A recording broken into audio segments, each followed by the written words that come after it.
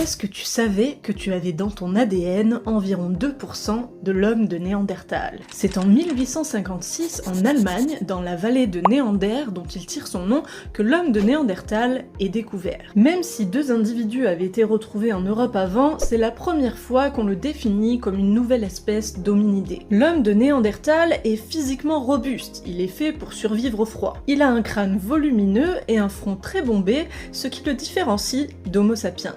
Contrairement à ce qui était longtemps cru, Néandertal semble avoir été capable de créer des outils, des bijoux et surtout de s'occuper de ses malades et de ses anciens. L'homme de Néandertal vivait globalement en Europe, puis il aurait migré vers l'Asie, notamment dans l'Altaï. Quant Homo sapiens, dont nous sommes issus, lui, vient d'Afrique. Leur rencontre serait vraisemblablement arrivée au Proche-Orient et en Europe. C'est là qu'ils vont s'hybrider pour la première fois. Enfin s'hybrider.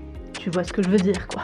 Et si Néandertal et l'homme moderne ont bien eu un ancêtre commun, il est tellement ancien, environ 600 000 ans, que quand ils se sont rencontrés, ils étaient devenus 2 espèces très différentes. Et a priori, pas très compatibles.